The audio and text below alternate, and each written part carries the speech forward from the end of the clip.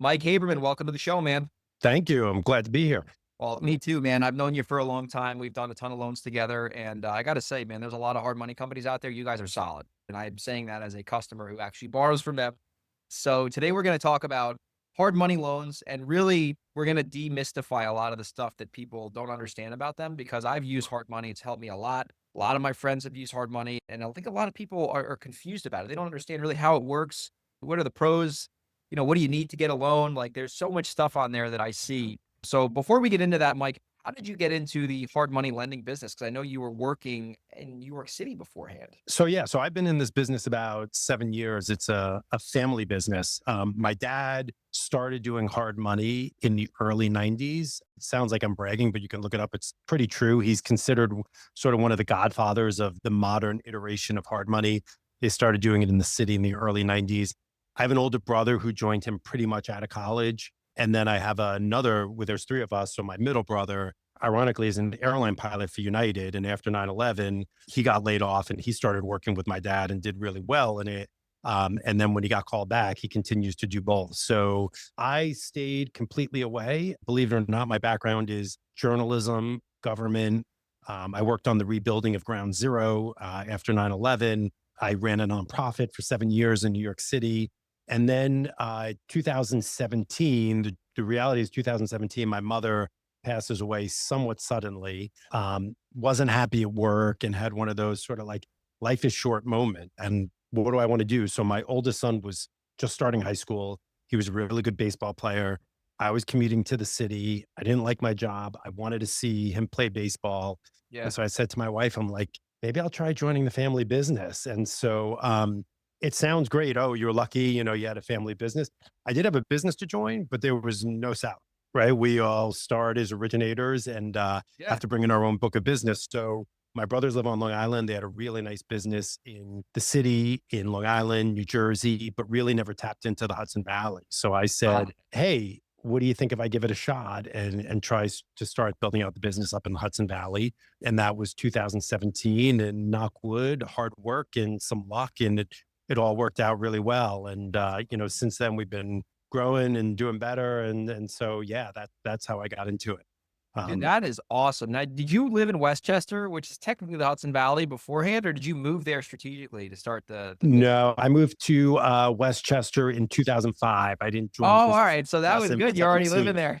Yeah. That's why it You made already know it. sense, right? Right. So, you're from New York. You're from higher up, but I don't know if you know this, but I grew up on Long Island where my brothers live and my dad lives, and Okay. they don't understand. To them, Yonkers is upstate, Right. right? So, Crazy. like, so like the idea of coming over the Throgs Neck to try and start building business, or the idea of going to Orange County, they were like, "What? Orange County? What is that? Canada?"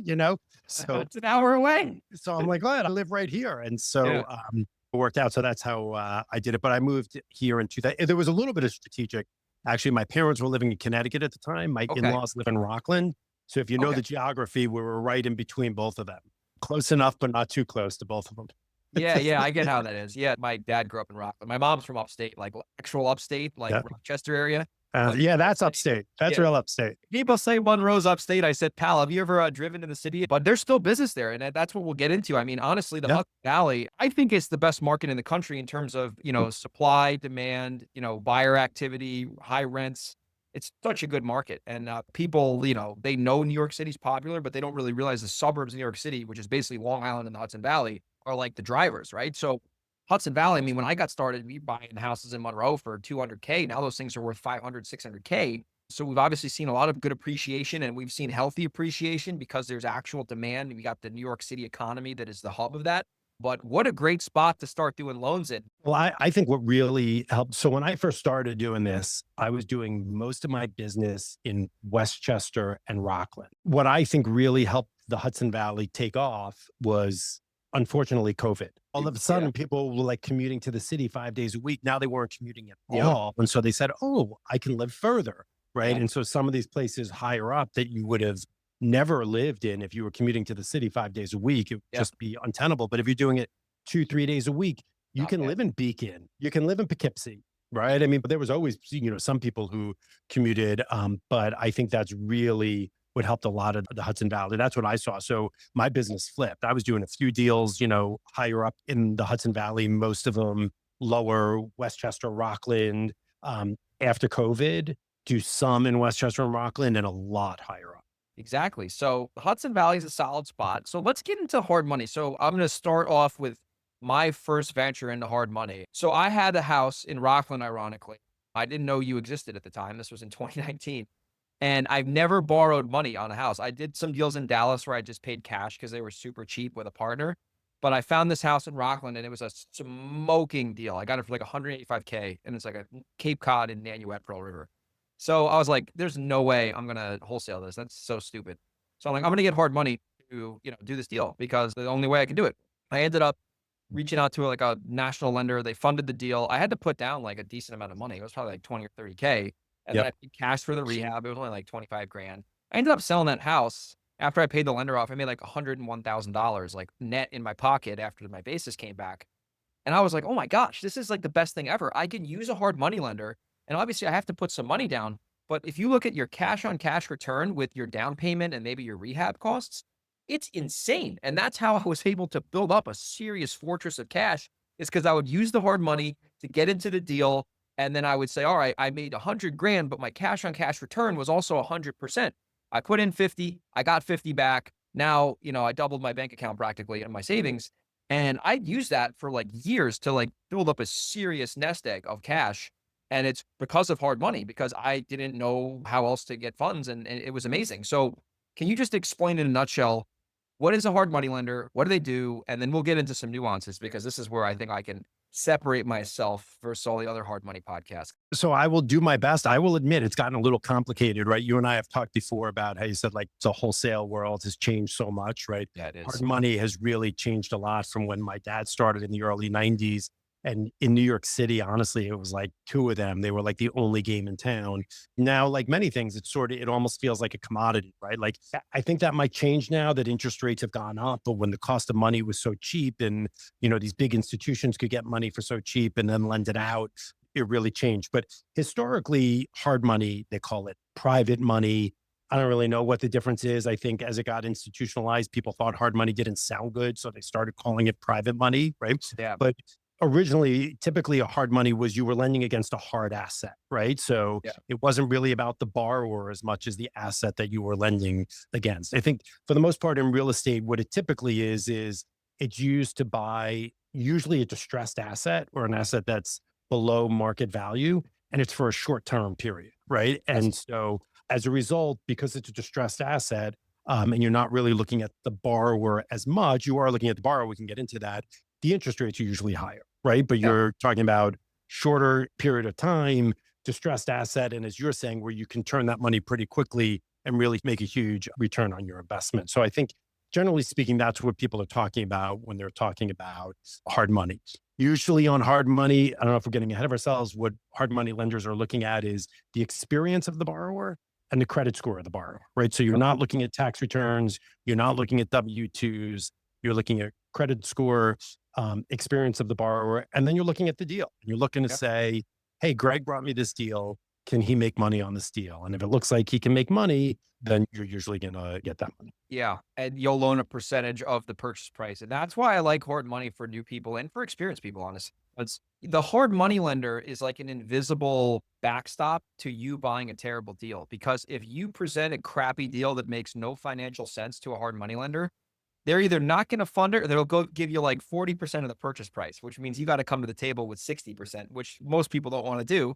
because if it was a good deal, they'd probably give you 80 to 90, right? Because there's built-in equity there, which is protection for the lender and for the borrower. You know what I'm saying? Yeah, so there's a couple of factors to consider there. I think one, you're right. So one is the less experienced you are, the less money you're going to get. So we'll lend to a first-time investor with good credit who seems like they have their act together. We're going to lend them at say 70% of the purchase price, right? Yeah. Someone like you're going to get 90% of the purchase price. With us, with some lenders, you'll get in theory 100%. Never 100. That's BS. Exactly. I always tell people if someone's offering you 100%, really understand how they're giving you 100% and what it's costing you. But so that's one piece. The second piece I would just say is like in any industry, I've gotten in fights with people who they say, wait, what do you care if this deal doesn't make money? You have the collateral, you're protected. One, we're a family owned business, right? And my father's mantra has always been like, do business where everyone wins, right? One, that's just good business. But two, the reality is it's less risky, right? Because if there's a chance you're not going to make money on that deal, you're more likely to just walk away from that deal, right? And leave me holding the bag. The only 100%. thing I would say is, like any industry, there's a lot of great hard money lenders out there. Of course, I think we're the best, but there's a lot of good reputable hard money lenders out there. Yeah. There are disreputable ones, right? Who Oh, they do what they hell yeah. call loan to own, right? So they might look at that deal and say, this is awesome. This guy doesn't even realize he's going to get screwed. I'll lend on him. I'll own the property in 6 months and then I'll make the deal. So we like to think the reputable hard money lenders, you're right. They will not lend on a deal that's not profitable, but you got to be careful because there are people out there who will. Well, that's where you gotta know what you're doing. You wanna align yourself if you're brand new with someone who has experience because, I've borrowed probably $10 million of hard money. I don't even know at this point. But the thing with hard money that I see a lot of people get confused, like, I'll give you a good example. Wholesaler has a sick deal that he wants to sell to Greg, and Greg will buy the house if it's a good deal. But let's say Greg tells the wholesaler, "You should buy this yourself. You're a nice guy. I wanna see you win." They just can't fathom how they'd have to put 10 to 20% down of the purchase when it's a good deal. I'm like, well, if you have no money down and no skin in the game, even if it's a good deal and something goes south, let's say the septic's screwed up or whatever, if you don't have any money down and it's your first project, like you said earlier, like you're just going to walk away, even though your credit's going to get dinged. But still, like if you have like 40, 50 grand in there, you're not going to walk away because you don't want to lose all that money. Right. So, as a lender, you want to make sure there's aligned interests from the borrower and from the lender, and you're protecting yourself with a loan to value and the collateral. But then the investors protecting themselves by putting skin in the game. Like even someone, if they borrow hard money and their last dollar is the down payment and they don't have any money for interest reserves, that's a bad situation to be in because if they can't make the interest payment, then they're going to potentially get foreclosed on. So you have to have some cash to get hard money. Like it's not like a no money down thing. So It reminds me when I was first started doing this and I went to this meetup in Rockland. One time they had this like panel and there was an older guy. I mean, I'm older now, but he was, older than me, very knowledgeable. And he used to sit in the back of the room and just like observe and maybe make a comment. And like, there's this guy presenting. And he's like, and the best thing about real estate is you don't have to have money to buy real estate. And the guy stands up in the back of the room, and goes, I call bullshit. Everyone's like, what? And it's like, you got to have some money to buy yeah, real estate. You do. it doesn't have to be your money though, because you could have a partner who No, funds the gap to the hard money. sure, absolutely. But I mean, if you're partners, I consider that you having, Yeah. like when You someone, as a group. Yeah. yeah, someone's giving me their financials. Well, if your partner has $100,000, put $100,000 on your financials. You guys have $100,000. Here's a total shameless plug for Rockies right now. This is something I just love about you guys. Me and my friends in the Hudson Valley, we do a lot of deals together collaboratively. And you guys are the only lender I know that will actually loan to two different LLCs. Really? That is so valuable because if me and Matt are doing a deal 50-50, it's like you guys give the loan to both entities. Like not a lot of lenders do that. I don't know. That's such a value add, man. Seriously, especially when you're doing JV deals. I mean, it's accounting, it's so much easier. I actually did not know we're the only ones who do it, but yes, we do it, and Oh, we do yeah. you and your buddies all the time. All the time. Yeah, But yeah. yeah, yeah. Well, so somewhat related, shameless plug, but my dad got into this. He was originally a real estate lawyer for 30 years, Okay. and the world changed, and him and his biggest client, they moved into this and became partners. But it's actually quite funny because a lot of the legal documents out there that other lenders are using are documents my dad created like 35 years ago, or at least the foundation of it is Yeah. 35 years. I was just talking with a bank recently about, because we borrow money to relend, and talking with this bank, and they were like, "Can you tell us like how to structure this?" Can your dad tell us how to structure this? So, yeah, but I'm glad we're the only ones doing it. But if you have a joint venture, let us know. We're happy That's to do it. huge. That's huge. And then before we get into some of the nuts and bolts, where do you guys lend or where don't you guys lend is the better question. So I actually, off the top of my head, don't know. Other than there's a few states where you have to be licensed. I think West Virginia is one of them, but we can lend pretty much anywhere. I'll be honest, the Got it. bulk of our business is in the New York tri-state area, but we've done deals in Washington, Maine, Chicago, Texas, LA. California. Like we have the capacity to do them everywhere, Got it. except those few states where pretty much no hard money lenders lend unless they are licensed. You don't need a RMLO license to do hard money, right? Because it's not regulated. You can just No, it is a yeah. business loan, and just off topic, but I'll say anyway, a little frustrating, even though it's a business loan, at least in New York and New Jersey and Connecticut, the foreclosure process is pretty much the Oh, same it's terrible. as a Yeah. personal loan, right? So that puts more risk on us and doesn't allow us to go as high in leverage. But, when someone's doing a loan with us, they're literally signing saying, this is a commercial loan. I'm not going to live in this property. Yep. I'm doing it only for investment purposes. If I have to foreclose, which is rare, but if we do, which we have to do from time to time, it's the regular foreclosure process. And in New York, Oh, I'm in one right now. I got the first judgment last July and I still don't own the property. that's why I don't do creative financing in New York as the seller. But I've borrowed money too, where I've signed confessions of judgments in advance in New York, which is totally solid if you're a lender, right? Mm. But I tried to do it in Florida and the attorney said that's illegal in Florida. I said, what do you mean it's illegal? I'm like, it's a confession of judgment. The guy doesn't pay 12 months. It's a default judgment. She's like, yeah, it's illegal in Florida. So Florida's a state where it sucks to foreclose it. It's a mortgage judicial state. But in like Washington, California, Arizona, Texas, if you screw around, you could get the property back in like 60 days. We were talking with a lender down in Texas, and he was telling us, like, not only can he foreclose in like 30 days, but the Yeah. burden is on his client to prove that he doesn't have the right to foreclose. Yeah, it's Like, crazy. it's It's totally crazy. flipped. Yeah. Yeah. Even Washington is deed of trust. Same with Cali. People don't understand California. If you screw around and you're not savvy, you're going to get your property taken.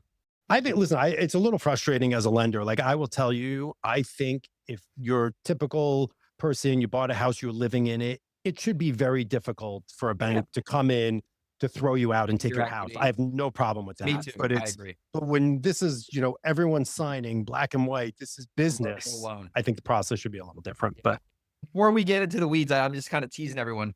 This yeah, is how I would define hard money. ABL, asset based loan. That's it. It's a loan based primarily on the asset. That's how I look at it. It's like if the collateral is good and the borrower is not a complete freak, they get the money, right? If you got a 400 credit score, like, cause I'm a landlord, you're a landlord. We screen tenants all the time. If I'm looking for a tenant and their credit score stinks, that's the collateral, right? It's history that they don't pay their bills. Now, if there's something on there that's like a medical judgment or something, I would look past that. But if it's like they haven't paid their credit card bill and they're like defaulting on their car loans, I'm not taking them in as tenant because like they're clearly not going to pay me. But if you have a good tenant or if you're a good borrower, you don't want to have your credit get jeopardized. So that's collateral, right? Like if you have an 800 credit score, you're not going to like ruin that over, some stupid credit card bill. So, the credit is important, right? Even if it's a hard yeah. money, it makes sense. Like if someone's got a shitty credit score, there's a very high chance they just don't pay their bills. Listen, credit is not perfect. There's a lot of issues with credit reports, but I would say I don't think we've ever foreclosed on someone with a 780 credit. And, I think, in those mid to high sixes, you might have like, oh, let me tell you the story about this one random late credit card. Okay. But like, if you're in the 400s, there's probably not a story you can explain to me, or the Yeah. 500s that's going to make me feel better. Yeah. And the same thing, like I see a 780 and you have like one late, I'm not too worried about it. Yeah, 100%. All right, so let's talk about hard money. Like, this is something that I kind of understand, but I still don't fully grasp it. So, hard money, usually the way it works is there's monthly interest, interest only, and then there's points. Now, I didn't understand it because I've done this before as like a lender. Points usually get net funded. Can you explain that? Because I'm like, this is like a block in my head. Like, okay, you're giving a loan out for 100 grand, you're charging 2 points, which is $2,000. Wouldn't you give someone 100 and then they cut you a check back for 2,000? Or do you guys net fund it? So how does that make I don't understand that still. So yeah, we would just net fund it. I mean, it's the same thing. It's just reducing some of the transaction friction, right? So instead of me giving you 100,000 at the same time, you're handing me a check for 2,000. Yeah. I'm giving you 98,000. How are you making the fee? Like, because you're not collecting the 2,000. How does that work? Well, because when you pay me back, you're still paying me back 100,000. I see. That makes sense. Yeah. So you're still doing the loan for the dollar amount, but the net available is the difference. So Right. you ultimately make it back when you go pay the loan off. Right. So let's just stick with the 100,000. So 2 points. So you're going to get 98,000, but you're going to get less than that because we're going to take out short interest, which is the interest for the whatever month we're in. And then depending on your experience, your credit score, we might take out some prepaid interest, right? So I always tell people, like, make sure when you're calculating, you got some closing costs in there, points, legal fees, prepaid interest. So by the time it's all said and done, you might actually get, like $94,000, Yeah. but your loan is still 100,000. So at the end of the day, when you get your payoff, you're paying me back $100,000. I borrowed private money one time and it was that way. He gave me the money and then I wired him the points and I was Yeah. like, I didn't care. It's like, Yeah, it's the same thing. It's just Yeah. reducing transactions. yeah, that's it. Yeah. Okay. So unit charge origination points. How does a hard money interest rate, like how does that economy affect their hard money rates? Like, what do you guys look at? Because obviously, you guys probably get your money from another source as well and you loan it Yeah. out. So how does that work? So the truth is really right now, I would say that interest rates are really just driven by the market and where competition is. So there's really not a great rhyme or reason as to what. I mean, every lender's getting money in different ways. Like our money is tied to prime, other people are getting money tied to 10-year treasuries. But like we were talking about before, like it's a competitive market. So you're really just looking at what can you get right now? So my dad, who started this in the 90s, would argue that with the cost of money right now, hard money rates should be 13, 14%. They're Wow. not, 11, 12, depending on experience, depending on the lender. Yeah. So I would say it's really just driven by where the market is and where some of the big boys, there's some big boys in this business. We're not a big boy. We're a good size. We can handle pretty much everything, but we're not the ones setting the market.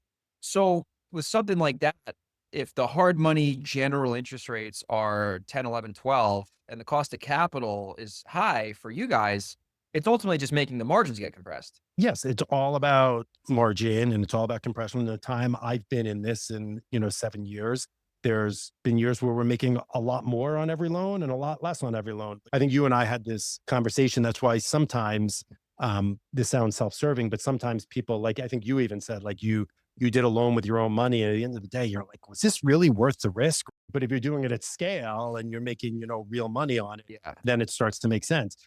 But that's what's changed the business since the early 90s is you have like hedge funds involved in this and Yeah. BlackRock and all of them. So if they Yeah. can make, I don't, one bip or whatever, and they're multiplying that by a Oh, billion, billions. they're Yeah. happy with that. Well, it's funny you bring that up because I did this deal in San Diego and I made like unreasonable amount of money on this. Like it was like life changing. It was like selling a company almost. It was insane. And I made a Facebook post and I was like, I'll loan out some hard money. And I had like a million people reach out to me. And I did two loans, one for 100, one for 50, two first position condos in Florida, which are a risky market. But I did 100%. I just wired him the money. I had the mortgage, no problem. Paid me back on the first one, no issue. Second one, he couldn't sell. He had to get a hard money lender to refi me out. And I would have been okay with doing an extension because it was only for 6 months, but I wasn't getting interest payments. I was doing everything in a balloon.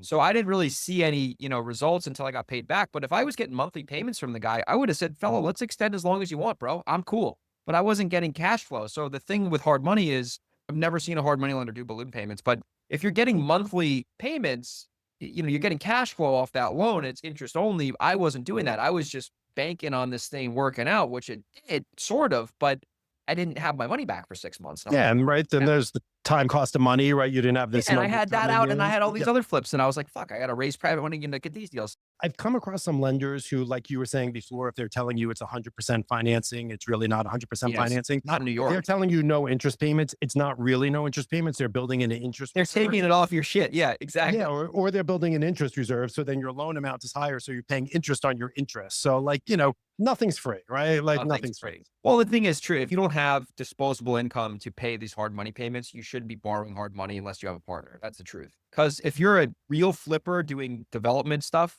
if you don't have reserves, you are playing with fire. You need to have liquidity available to do these deals, to pay your lenders, to pay your contractors. Like, that's another thing I want to get into. You guys will loan 100% of the rehab too on deals. How does that work? For the rehab money, we do it on a draw schedule, right? So as you complete the work, we reimburse you for whatever's done. And so the way we do Okay. it is you submit your budget up front. That's what the appraisal is based on. And then we work off that budget. So if you were putting in a new roof and you had $10,000 for your roof and we agree to that, we see it's a new roof, we give you your $10,000. Got it. By the way, if that roof only cost you $8,000, we'll still give you 10,000. If that roof cost you 12,000, we'll still give you 10,000, Yeah, right? you We're all agreeing to live by that budget. got But it. that's how we do it. That's how most lenders do it. I will say one of the things people like about us is we understand because we've been in the business how important those draws are. So sometimes with the national lenders, people say it can take them a week or 2 weeks to get their construction draw. And then the contractor's like, I'm not working until I get my money.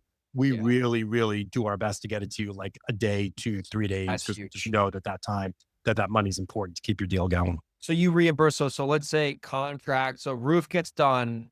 Investor can pay the contractor and then get paid back, or the roof could get done. You pay the investor, then the investor can pay the contractor. So it Yeah, basically the work you're doing post work funding. Yeah, because remember, like as we give you more money, so our risk is going up. But now if Correct. there's a new roof on the house, well, the Property house value is is worth going a up. little bit more, Yeah, right? So exactly. it's reducing our risk. The one thing I always tell people just getting started, like I have a relationship with you, you have a relationship with your contractor. So a lot of times I'll hear, "Oh, can you front me money? The contractor won't." Like, no, that's not my problem. And we Yeah. talked about this up front. Like, I don't want to sound like a jerk. It's not my problem, but like, no, you're working with your contractor. You have a contractor. You have to pay your contractor. Yes.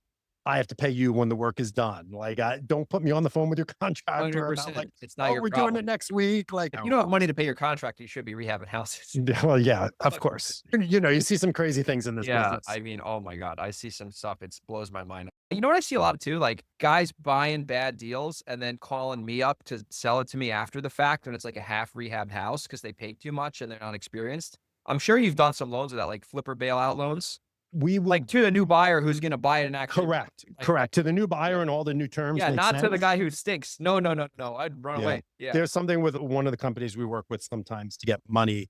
I'm not going to be the sucker, right? So it's like, wait, you're in a loan with another lender Yeah. and now you're getting foreclosed on and you're coming to me and saying, "Hey, bail me out." Like, no, Yeah, no. I'm not the sucker. But yeah, we do get deals and sometimes that works great, right? They pay 200, they pay too much. Now you're paying 125 Yeah. Yeah, and yeah, they've you're done some of the work already. yeah, yeah, exactly. Well, I Yeah. know we had that conversation, you called me that one day and you were giving me the loan for the condo and you're like, "Yo, my banker called and said, 'How the hell is this guy buying this condo for 132 and like 260?'"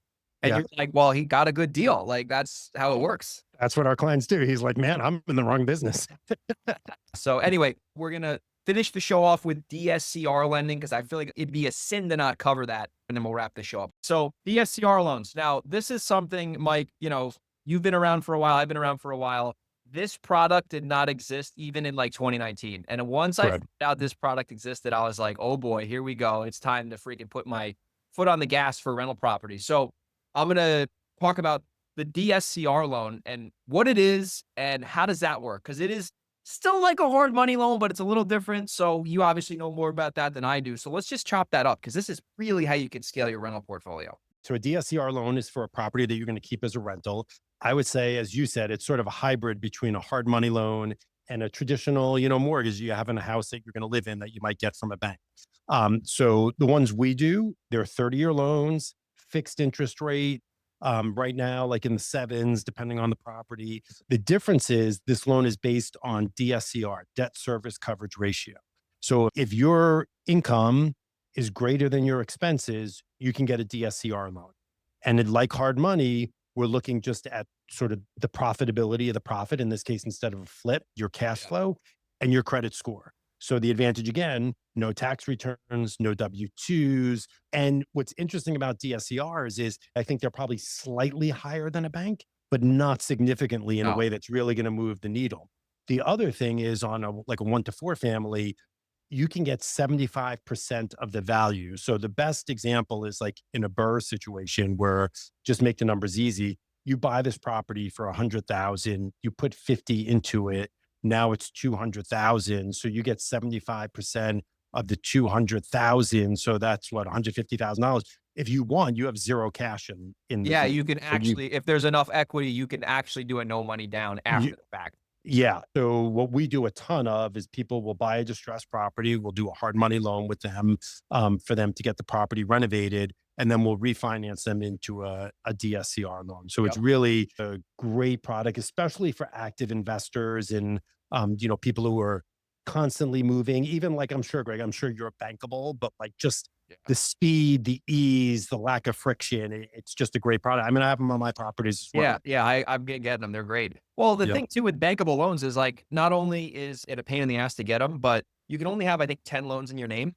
And the thing I like about DSCR loans, you can buy them in stacked entities, which is like a layered up entity. So you can, have a better asset protection base. So like they're giving the loan in the LLC. You can have the LLC owned by a holding company, and then you're signing as the president of your holding company. So it's like good from an asset protection standpoint because Yep. a bank is not going to do that. They're going to give a loan to Michael Haberman. Well, the other problem with the banks too, though, because you could do a commercial loan and do an LLC. They might not want to do a small loan. It gets more complicated. But what does happen with banks, and this is what I think is fascinating, unlike any other industry, you can be too successful for a bank.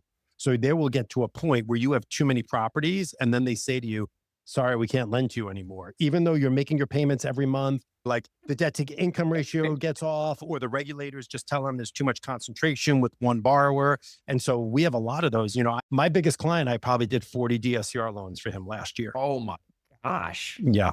Most of the banks are, and by the way, like, I don't want to sound like I'm bashing banks. Like, banks have their purpose, private lenders have their purpose. It all works together. But I do find is I get calls pretty often from people like, yeah, I've got like 25 properties and my bank just told me they won't lend to me. They won't let me. I'm too rich. Yeah, exactly. Crazy. Exactly. Too many assets. No, and that's the thing too. You could buy a deal with private money or hard money, whatever you want to do. And then if there's a big value on the back end on that ARV, yeah, you can get all your money back, right? And be Yeah. at your basis is zero. And even if you're making $100 a month, you got an infinite return on investment. So that didn't exist when I started buying rentals, Mike. I was going to the local credit union, Yeah. and they're great, right? I got 15-year notes on those, but this was a long time ago. And it was a pain in the butt. I was like, Yeah. damn, I got to put it in my name, then put it back in the entity. It's like, Well, and that is the other thing talking about banks, like you're saying, if they will do it and if they'll do it to an LLC, they usually these weird structures, right? Like a 15-year loan amortizing over 20 years, or, like a 5-year loan. Ours are just 30-year 30-year fixed. fixed. Yeah. It reduces your payments, you know what you're paying, and it just feels like a regular mortgage. So yeah, I agree with you. It's a great product. It's They're a really easier to good get product. too. They're way easier to get from an underwriter. Yeah. Well, as I said, no tax returns, no W-2s, just credit score and the cash flow of the property. So with that type of loan, like obviously 30 years is a long relationship to have with a borrower. Is hard money the industry? Are they taking these loans and selling them to Wall Street? So, with Rockies, as we always say, we're a direct lender, right? So we have stuff on our balance sheet, not everything, but if we're talking about short-term hard money loans, a lot of that is on our balance sheet. You're 100% right. We're not in the game for 30 years. So pretty much DSCR loans, there's a lot of companies doing them. My understanding is at the end of the day, they're all ending up at like 3 or 4 They're all places. going to Wall Street. They're all going to Wall Street. Insurance companies, the BlackRock, Blackstone, Apollo, all those guys. That's where they're all ending up at the end of the day. Mike, before we wrap this bad boy up, you do also invest in real estate, which is awesome. So Yep. I know you've gotten involved in some multifamily deals up in Dutchess County, if I'm not mistaken. Dutchess County, yep. So how do you go about that? What makes a good deal for Mike Haberman? Because you see a lot of deals, so obviously you got a different vantage point versus most people. So, I'm a relatively small investor. I have 2 properties. The truth is, I'm out. I'm dealing with people who are investing. A lot of my clients are doing it. Fortunately, the nature of our business, I become, friendly with a lot of my clients, and I was like, huh, maybe I should start doing this. And so, actually, a wholesaler, someone Oh, came kidding. to me just like you. He said, hey, I have this property. I'm buying something bigger. You want to buy it? Right. And my favorite story is he had offered it to other people. I bought it for 185. That's a smoking deal in the Hudson It Valley. was it was vacant. And people told me I was paying $10,000 too much. And I was thinking, listen, I'm in this for the long haul. This is about Yeah. appreciation for me. I didn't even really care about the cash flow. It does end up cash flowing well. That property, I think I bought it in 2021 for $10,000 too much at 185. That property is worth $400,000 At now, least. 375, 400. So but that's how I got into it. I only have 2. Actually, it's interesting timing. My wife just stopped working. She was in corporate world. She just stopped. We want to do more real estate. So we're looking at, rentals are out there. She's learning, she's listening to podcasts. But one of the things in fact, right before this, I got a call from a broker I know, and she said, hey, I have a property in Westchester County. Do you want to see it? And she gave me the address, and I said, I can't see it. She said, why not? I said, my client called me about it yesterday.